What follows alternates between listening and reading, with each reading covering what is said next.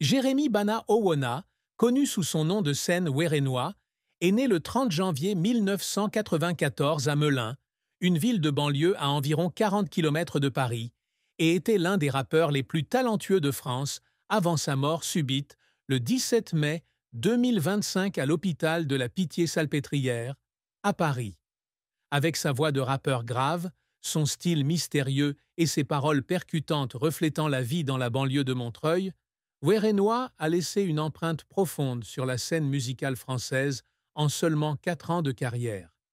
Fils d'immigrés camerounais, il a grandi dans les difficultés d'un quartier multiculturel où les rêves étaient souvent remis en question par les dures réalités. Sa vie est une histoire émouvante, depuis les jours de lutte contre la pauvreté jusqu'au sommet de la gloire, mêlée d'une profonde tristesse et de secrets qu'il a gardés jusqu'à sa mort. À 31 ans, Werenois laisse derrière lui un riche héritage musical, mais aussi le parcours inachevé d'un artiste qui a toujours lutté pour trouver un sens à la vie.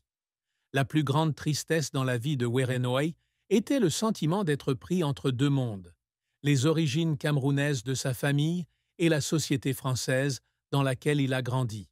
En tant qu'enfant immigré de deuxième génération, il a régulièrement été confronté à la discrimination et aux stéréotypes raciaux. Il a déclaré un jour dans une rare interview accordée à France Inter que lorsqu'il était enfant, ses camarades de classe le traitaient d'étranger en raison de sa peau et de son accent camerounais. Ces railleries lui donnaient l'impression d'être déplacé, comme s'il n'appartenait à aucun endroit. Il y avait des après-midi où il marchait dans les rues de Montreuil, portant sa douleur et pleurant en silence, souhaitant pouvoir être accepté sans avoir à faire ses preuves. Cette tristesse ne vient pas seulement du harcèlement, mais aussi de la pression de devoir trouver un équilibre entre la préservation de la culture camerounaise et l'intégration dans la société française. Cette tristesse est devenue encore plus profonde lorsque Werenois a réalisé que sa famille, en particulier ses parents, ne comprenaient pas pleinement sa passion pour la musique. Son père, ouvrier d'usine, et sa mère, femme de ménage, s'attendaient à ce qu'il poursuive une carrière stable de technicien ou d'employé de bureau. Il a raconté un jour qu'il y avait des nuits où il était assis dans sa chambre, écrivant des paroles de rap sur de vieux morceaux de papier, et pleurait en écoutant ses parents se disputer à propos de son avenir. Il avait l'impression de trahir sa famille en choisissant la musique, mais il ne pouvait pas abandonner son rêve. Le sentiment d'être déchiré entre les responsabilités familiales et les passions personnelles était une cicatrice émotionnelle qu'il a portée avec lui pour le reste de sa vie. Malgré son succès, il ressentait toujours un vide, comme si personne ne comprenait vraiment les sacrifices qu'il avait faits pour devenir Werenois, l'artiste en tête des charts. De plus, Werenois porte également la tristesse de la mort d'un cousin proche, qu'il considérait comme un frère, dans un accident de la circulation en 2012. Cet événement s'est produit alors que Werenois n'avait que 18 ans et a laissé une blessure qui ne pouvait pas guérir. Il a dit un jour qu'il avait pleuré pendant des semaines, se sentant coupable de ne pas avoir appelé son cousin ce jour-là. Cette douleur s'exprime dans la chanson « Mauvais » de l'album Carré, avec des paroles obsédantes sur la perte et le regret. Ses chagrins, bien que cachés derrière son extérieur froid, ont fait de lui un artiste profond, trouvant toujours le moyen de transformer ses blessures en mélodies qui touchent le cœur de son public. La carrière de Werenois a été un voyage court, mais impressionnant, avec des succès retentissants, mêlés à des échecs et des moments qui l'ont fait pleurer sous la pression.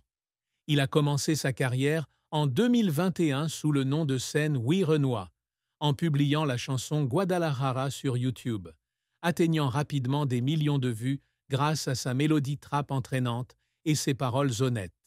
En 2022, il change son nom de scène en Werenois et signe avec All Points France, sortant l'EP Telegram avec le single principal Solitaire, qui obtient la certification diamant et plus de 100 millions de streams. Son premier album Carré en 2023 a été un énorme succès, se classant en tête des charts français et lui valant le titre de révélation masculine de l'année aux flammes 2023. L'album a été salué pour son mélange de drill, de trap et de mélodies d'influence camerounaise, reflétant la vie à Montreuil.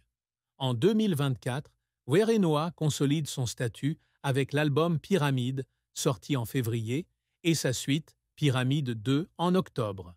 Pyramide 2, avec des chansons comme Pétunias et des collaborations avec Gazo, PLK et Tiakola, a été nommé Album de l'année aux Flammes 2025. Son dernier album, Diamant Noir, sorti en avril 2025, était un chef-d'œuvre, avec des stars comme Lil J, Gunna, Damso et Ninho.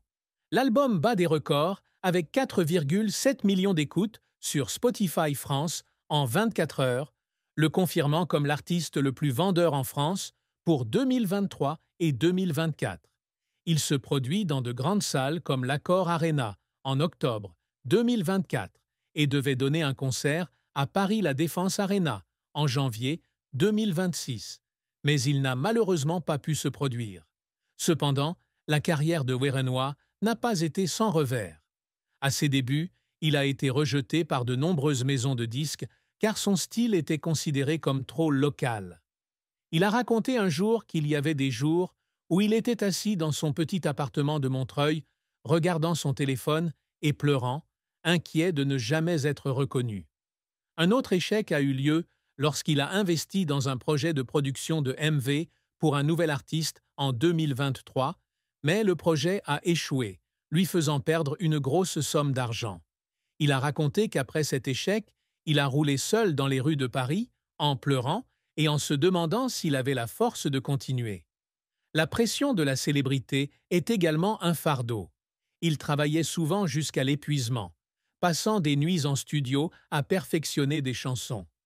Un jour, après une séance d'enregistrement de 18 heures, il s'est assis seul dans le studio, écoutant la démo de Mauvais et pleurant, ayant l'impression de se perdre sous les projecteurs.